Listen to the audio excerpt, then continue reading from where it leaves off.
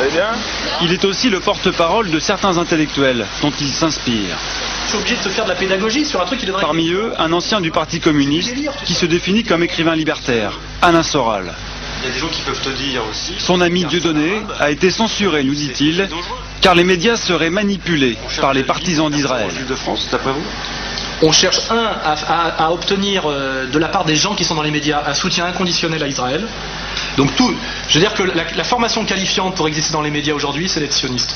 Si t'es anti-sioniste, si t'es judéo-critique ou quoi que ce soit, tu dégages. C'est clair, le ménage est fait, hein, c'est clair. Hein. Je veux dire, si tu veux vérifier par ailleurs, d'ailleurs tout le monde le sait, hein, je veux dire, les mecs, c'est pour ça qu'ils bougent pas sur le sujet, parce qu'ils disent comment je vais manger demain, tu vois. C'est comme ça que tu distribues les boulots, tu vois. On va voir comment ça sort. Non mais je te préviens déjà, tu vois. Le lobby sioniste, un argument classique des antisémites. Tout comme d'ailleurs l'incapacité des juifs à se remettre en cause.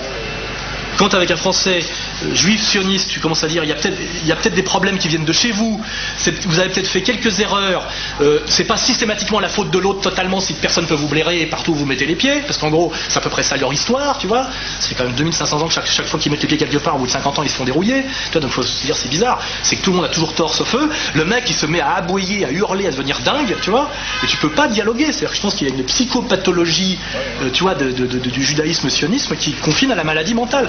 Tu le regardes, tu le filmes, tu demandes à un psychiatre... Des convictions violentes que l'on retrouve dans le spectacle de l'humoriste.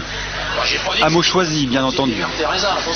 Par exemple, il ne parle jamais de juifs, mais de sionistes.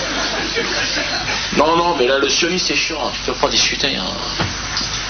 Au niveau convention de Genève et tout, ils respectent plus rien. Hein. Moi, je vois, là, encore dans Paris, hier, je me balade comme ça, toi, Non, mais c'est là, oui, j'ai le droit de marcher là, quand même.